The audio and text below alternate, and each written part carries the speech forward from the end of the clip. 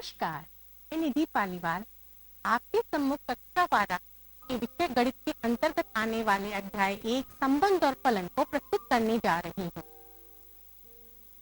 इस पाठ में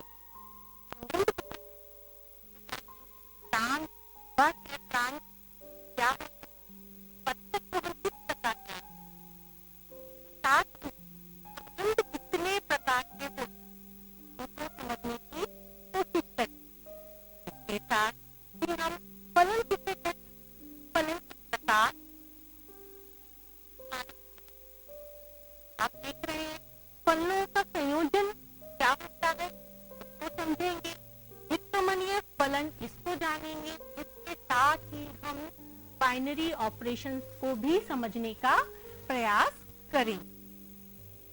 पहले इस चैप्टर को समझने से पहले हमको करना क्या है, सबसे पहला कि हमारे कुछ मुख्य बिंदु हैं, इनको हम दोहरा लेते हैं।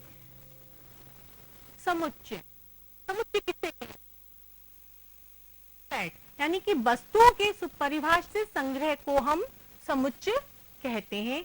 हमारे कुछ मेन सेट जो हैं वह हम ले रहे हैं जो कि हमारे इस चैप्टर में काम आएंगे। सेट एन प्राकृत संख्याओं का समुच्चय, जिसको हम इस प्रकार लिख सकते हैं। इसी में अगर हम देखें जेड, यह हमारा इंटीजर्स का सेट है जिसको हम आई से भी प्रदर्शित कर सकते हैं। यहाँ पर आप जो देख रहे हैं +1 से लेकर +2 +3 ये जितनी भी धन लगी हुई संख्याएं हैं, इनको अगर हम एक समुच्चय के रूप में लिखना चाहें तो वह हम किस प्रकार लिखेंगे?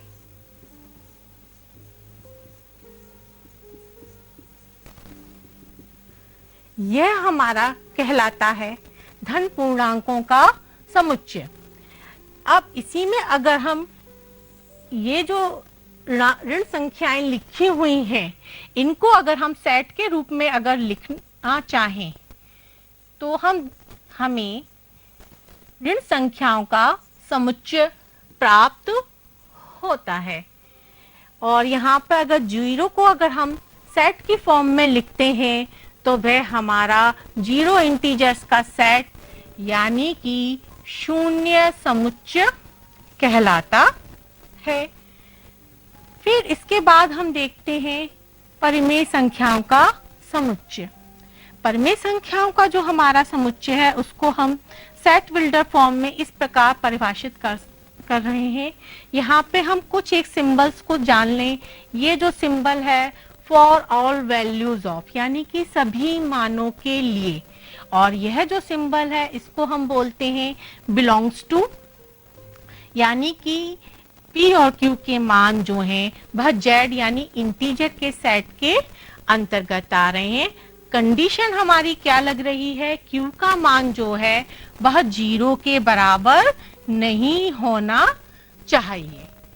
अब R क्या है? हमारा R जो है वह वास्तविक संख्याओं का समुच्चय है। इसके बाद हम कुछ अन्य समुच्चय भी देख लेते हैं। रिक्त समुच्चय यानी कि द एम्प्टी सेट, जिसको शून्य समुच्चय भी कहा जाता है।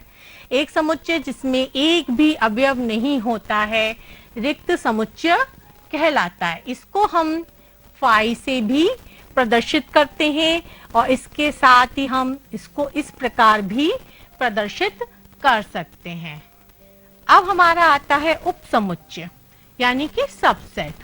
इसकी हमारी डेफिनेशन क्या कह रही है? यदि हमारे पास दो सेट A और B हैं और A का प्रत्येक अवयव यानी कि प्रत्येक एलिमेंट जो है वह B का भी अवयव है, तो A जो है B का उपसमुच्चय कहलाता है। अर्थात A is a subset of B, जहां यदि A का मान अगर सेट A में है तो A का जो मान है वह B सेट में भी होना चाहिए। इसी के साथ अब हम आगे समुच्चयों के कार्तीय गुणन को देखते हैं। यदि हमारे पास दो अरिक्त समुच्चय यानी कि दो नॉन एम्प्टी सेट हैं P और Q, तो इनका जो कार्तीय गुणन है वह ऐसे ऑर्डर पेयर यानी कि क्रमित युग्मों का सेट है जिसका फर्स्ट एलिमेंट हम P सेट से लेते हैं और सेकंड एलिमेंट जो है, सेकंड कंपोनेंट यानी घटक जो है वह Q सेट को लेकर के बनाया जाता है। अब इसको अगर हम परिभाषित करें गणितीय परिभाषा में तो P cross Q is equal to order pair of P comma Q such that P belongs to P comma Q also belongs to Q। अब हमने एक एग्जाम्पल ले लिया, हमारे पास एक सेट P है और एक सेट Q है। अब हम इसका ऑर्डर पेयर बनाने की कोशिश करते हैं। तो हमारा परिभाषा क्या कह रही है? परिभाषा क्या कह रही है कि पहला एलिमेंट जो है P क्रॉस Q का वह P सेट से ही लिया जाना है और सेकंड कंपोनेंट जो है वह Q सेट का होना चाहिए। तो सबसे पहले हम P सेट के फर्स्ट कंपोनेंट की जगह पर हम A को फिक्स कर लेते हैं। इसके साथ हम Q के एलिमेंट्स को सेकंड कंपोनेंट के रूप में क्रमशः लिखते हैं। तो ये हमारा एक सेट तैयार हुआ। अब हम क्या करेंगे, B को फर्स्ट कंपोनेंट की जगह हम रखते हैं और Q से हम इसके ऑर्डर पेयर बनाते हैं। तो हमारे ये इस प्रकार ऑर्डर पेयर बने। यहीं पर अगर हमको Q क्रॉस P ज्ञात करना हो तो वह हम कैसे ज्ञात करेंगे? इसके लिए हम यह ध्यान रखेंगे, Q अब की बार पहले लिखा हुआ है तो फर्स्ट कंपोनेंट की जगह हम Q के एलिमेंट्स को फिक्स करेंगे।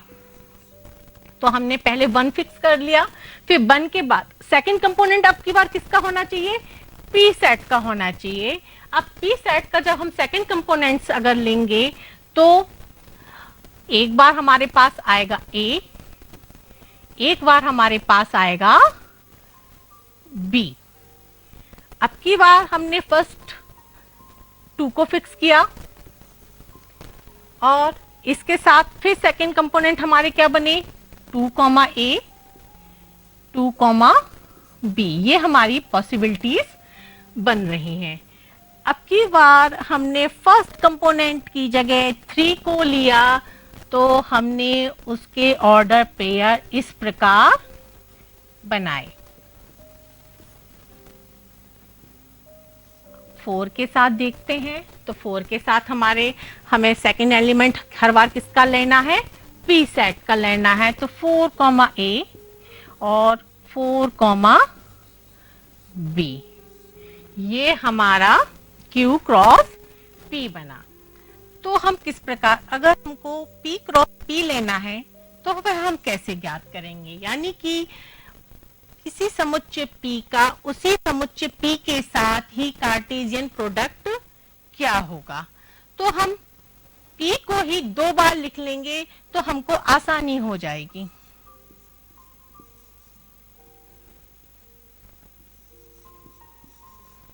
ये एक बार हमने लिख लिया, दोबारा से हम फिर P सेट को लिख लेते हैं। तो अब हम पहला कंपोनेंट इस P सेट से फिक्स करते हैं A और इसके पॉसिबल आउटकम्स सेकंड कंपोनेंट्स के साथ बनाते हैं। तो A, A, B ये हमारे बने। अब फिर फर्स्ट कंपोनेंट की जगह हम B को फिक्स करेंगे और सेकंड कंपोनेंट्स की जगह हम इनको लेंगे। तो ये हमारे पॉसिबल ऑर्डर्स पेयर्स बन गए हैं। तो इस प्रकार हमने देखा किसी समुच्चय का उसी के साथ कार्तीय गुणनफल हम कैसे ज्ञात कर सकते हैं। अब हम आपको करने के लिए एक प्रश्न दे रहे हैं जो वह आप स्वयं करेंगे। यदि हमारे पास एक सेट B है, दूसरा सेट ये है, तो हमको A cross B, B cross A cross ए तथा बी क्रॉस बी ज्ञात करना है। अब हमने पुरानी कुछ चीजें दोहरा ली। अब हम इस चैप्टर के संबंध की परिभाषा पर आते हैं। संबंधों को अगर हमें समझना है तो सबसे पहले हम अपने आसपास देखते हैं। हमारे आसपास कई संबंध हमको दिखते हैं, जैसे पिता और पुत्र, भाई और बहन, टीचर और स्टूडेंट। इन सब में क्या है, एक कनेक्शन दिख रहा है आपको। अब यहीं पर अगर हम गणितीय भाषा में देखें या गणित की दृष्टिकोण से देखें तो अगर हमारे पास कोई दो संख्याएं a और b हैं और यदि a संख्या जो है वह b से बड़ी है तो उसको हम क्या बोलते हैं, a is greater than b। यहाँ पर यह क्या है, यह हमको एक संबंध को बता रहा है। इसी प्रकार अगर हमारे पास एक लाइन L है, दूसरी लाइन अगर हमारे पास M है और कहा जा रहा है कि यह लाइन जो है इस लाइन के समांतर है, तो यह भी इन दोनों लाइंस के बीच में एक कनेक्शन को यानी एक कड़ी को हमको बता रहा है। यानी कि संबंध क्या है, यह दो वस्तुओं के बीच की एक अभेद्य कड़ी होती है जिससे दो वस्तुएं परस्पर संबंधित होती हैं। अब हम इसकी मानक परिभाषा की तरफ देखें।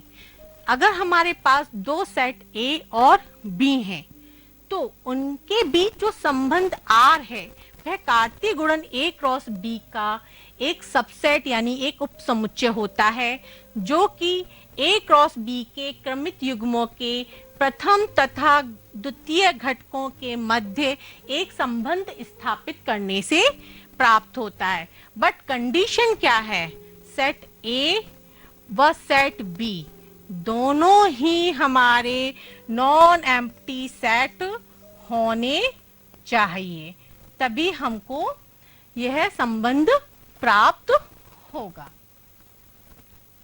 इसको हम एक उदाहरण की सहायता से समझते हैं। हमारे पास उदाहरण है, एक सेट A है, एक सेट B है। ये हमने उसको तीर आरेख के रूप में यहाँ पर ये इस प्रकार हम लिख रहे हैं। अब इन दोनों सेट्स के बीच में हम एक रिलेशन को परिभाषित करने की कोशिश करते हैं। हमने रिलेशन को इस प्रकार परिभाषित किया, b is equal to 2a। ये हमारा संबंध है, यानी कि a का जो दूना है वह b है, जहां a जो है वह हमारा इस सेट A में है और B जो है वह इस सेट B के अंतर्गत आएगा। अब इस के संबंध को हम रोस्टर फॉर्म के रूप में लिखने की कोशिश करते हैं। उससे पहले हम इस संबंध को एक तीर आरेख के रूप में देखते हैं। 1 का दूना क्या हुआ, अब हमने A की जगह क्या रख रहे हैं, हम 1 रख रहे हैं, तो B का मान हमको क्या प्राप्त हो रहा है, 2 प्राप्त हो रहा है, क्योंकि 1 का दोगुना हमको क्या हो गया, 2। तो अब ये हमारा एक ये है, B सेट में 2 कहाँ है, यहाँ है। अब देखिए A की जगह हमने लिया 2, तो B का मान क्या होगा, 2 गुणा 2 यानी कि 4। इसी प्रकार देखें तो 3 का दूना हमको 6 ये दिख रहा है, 4 का दूना 8 हमको यह दिख रहा है, लेकिन 5 का दूना क्या होगा, 10। क्या 10 इस बी सेट में है, नहीं है। 6 का दूना क्या होगा हमारा, 12। 12 क्या इस बी सेट में है, नहीं है। तो अब इस संबंध को अगर हम लिखेंगे, परिभाषित करेंगे रोस्टर फॉर्म में, तो इसके ऑर्डर पेयर इस प्रकार बनेंगे 1, 2, 2, 4, 3, देखिए फर्स्ट कंपोनेंट हमें इसका लेना है तो 1 लिया, सेकंड कंपोनेंट हमें इसका लेना है तो उसके साथ हमने क्या जुड़ रहा है, 2 जुड़ रहा है, 2 ले लिया, 2, 4, फिर इसी प्रकार अगर हम देखें तो 3 का कनेक्शन किससे जुड़ रहा है, 6 के साथ जुड़ रहा है, और 4 का कनेक्शन किसके साथ जुड़ रहा है, 8 के साथ। इसके आगे के ऑर्डर पेयर संभव नहीं है, तो हमारा रिलेशन जो है रोस्टर फॉर्म में इस प्रकार लिखा जाएगा। अब यहीं पर हम किसी भी रिलेशन के प्रांत,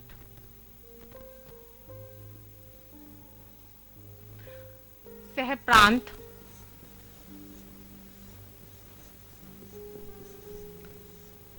व परिसर, इन तीनों को देखते हैं। प्रांत क्या होगा हमारा, इसका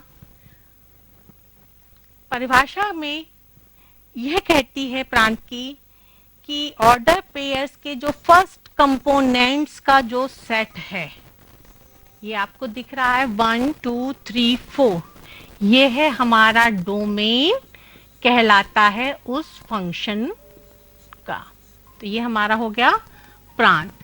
इसी के बाद हम परिसर को देखें तो परिसर क्या है, ये जो हमारे संबंध के सेकंड कंपोनेंट्स दिख रहे हैं, इनको अगर हम सेट के रूप में लिखें तो वह हमारी रेंज यानी कि परिसर कहलाती है। सहप्रांत को हमें समझना है तो सिर्फ और सिर्फ सिंपल एक यह बात ध्यान रखनी है, ये जो सेट बी है होल सोल, यही हमारा कोडोमेन कहलाता है। इसको अगर हम रोस्टर फॉर्म में लिखेंगे तो हम इसको इस प्रकार लिखेंगे 1, 2, डॉट डॉट, ये कहाँ तक जा रहा है, 8 तक। तो ये हमारा कोडोमेन प्राप्त हो गया। अब हम एक और प्रश्न लेते हैं। इस प्रश्न के माध्यम से हम देखें, हमारे पास एक सेट A है जहां संबंध हमारा इस प्रकार परिभाषित है। हमको एक संबंध R लिखना है, साथ ही उसके प्रांत, सहप्रांत और परिसर भी ज्ञात करने हैं। तो संबंध को लिखने से पहले यहाँ एक आसान सा तरीका देख लेते हैं। यहाँ पर संबंध हमने इस प्रकार लिख लिया 3x - y = 0। तो हमको यहाँ से 3x बराबर क्या मिला, y मिला, यानी कि y का मान क्या होगा, वह x के मान का 3 गुना होगा। अब यदि हमारे पास x = 1 है तो y का मान हमको क्या प्राप्त होगा, 3 गुणा 1 यानी कि 3। इसी प्रकार अगर x बराबर हमारे पास 2 है तो y का मान हमको प्राप्त होगा 6। अगर हमारे पास x बराबर 3 है तो y का मान हमको प्राप्त होता है 9। 4 अगर हम लेते हैं तब y का मान हमको प्राप्त होता है 12। अब यदि अगर हम x का मान 5 लेते हैं तब हमको y का मान प्राप्त होता है 3 × 5 यानी कि 15। हमारे साथ कंडीशन क्या लग रही है कि y का मान जो है वह भी सेट A में होना चाहिए।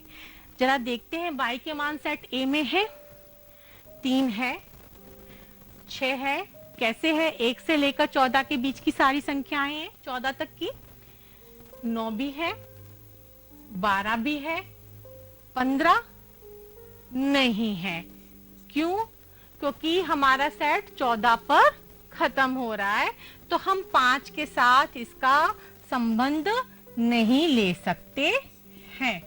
इसी प्रकार अगर हम 6 के साथ देखेंगे तो वह भी हमको प्राप्त नहीं होगा। अब हम इस संबंध को रोस्टर फॉर्म में लिखते हैं 1,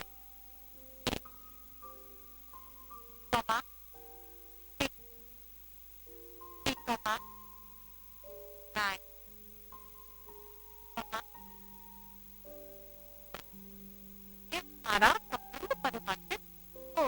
अब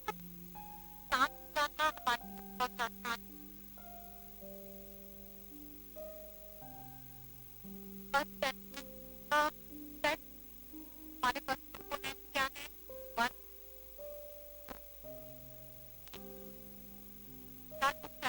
हमारा डोमेन हो गया, हमारा पत्थर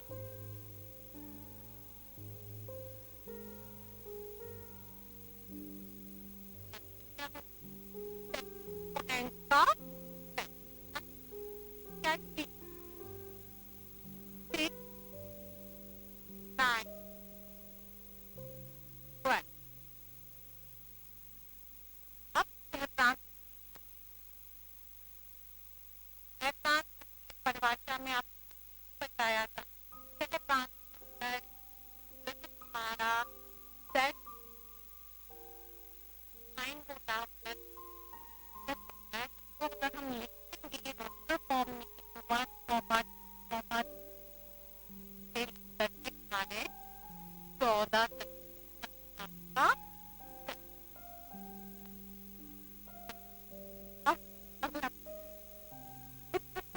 संबंध किस प्रकार इन्हीं को क्या संबंध बना इसमें कोई एक आकृति का ली हुई है, हमारे पास एक सेट पी और 7 है और एक हमारे पास 5 हमारा तरीके से दिया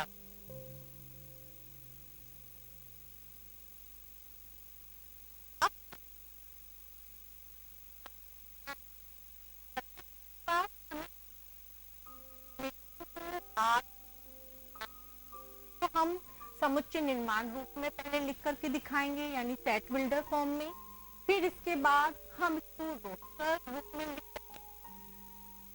इसके साथ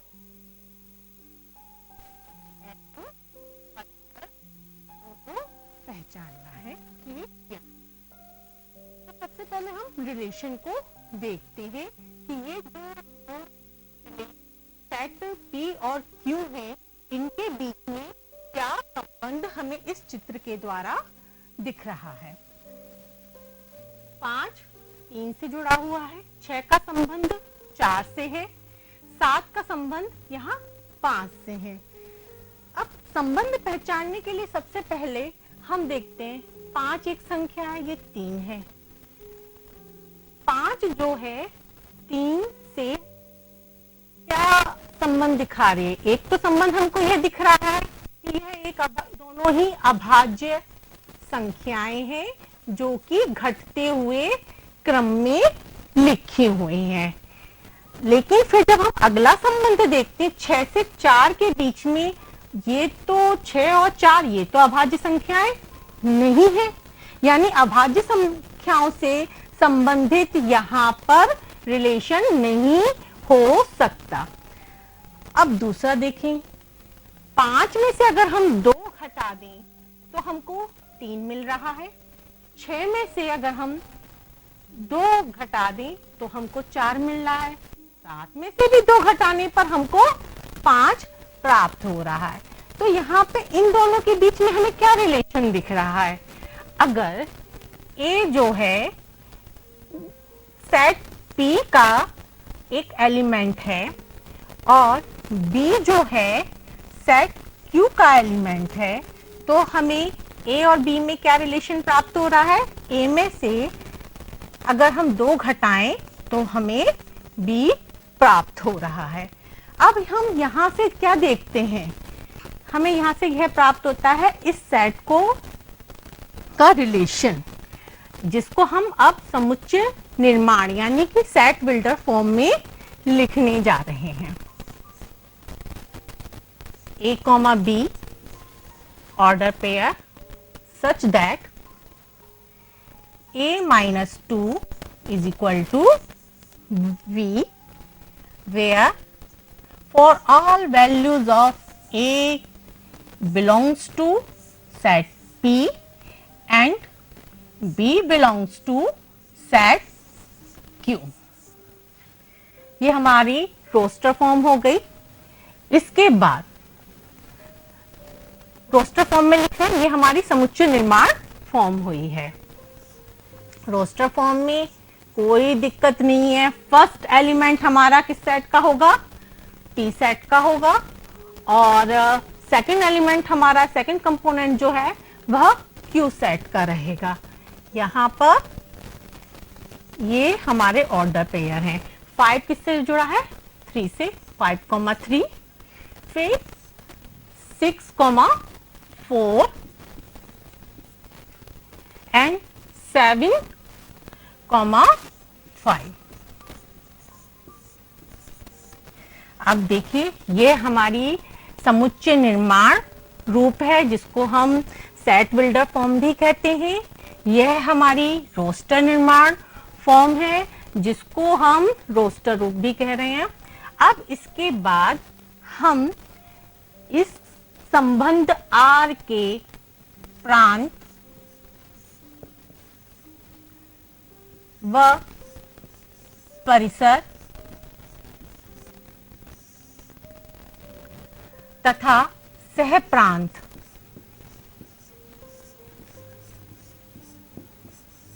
ज्ञात करते हैं।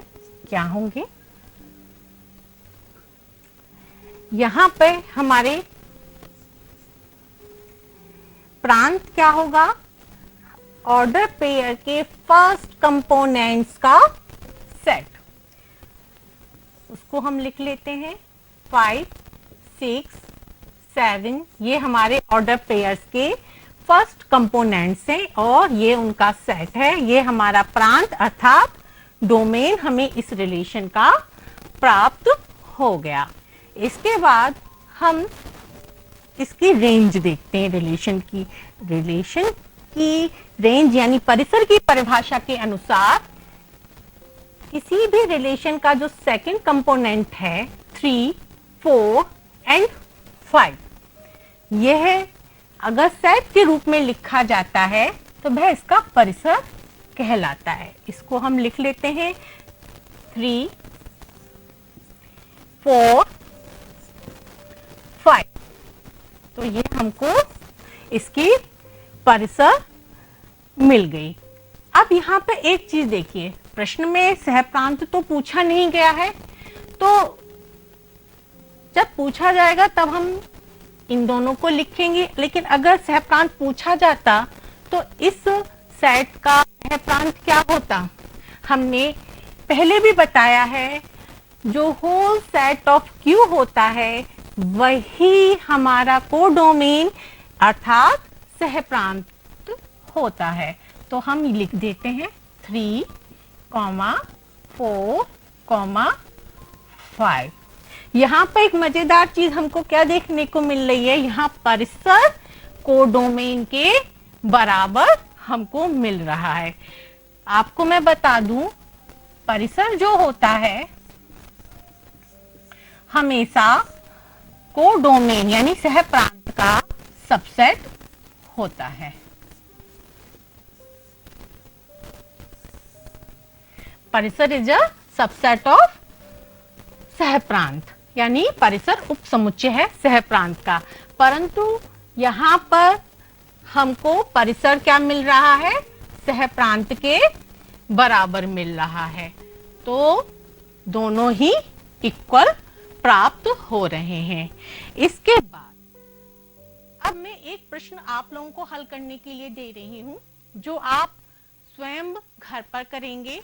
प्रश्न हमारा इस प्रकार है कि हमारे पास सेट जो है ये डिफाइन है, x बिलोंग्स टू 0, 1, 2, 3, 4, 5।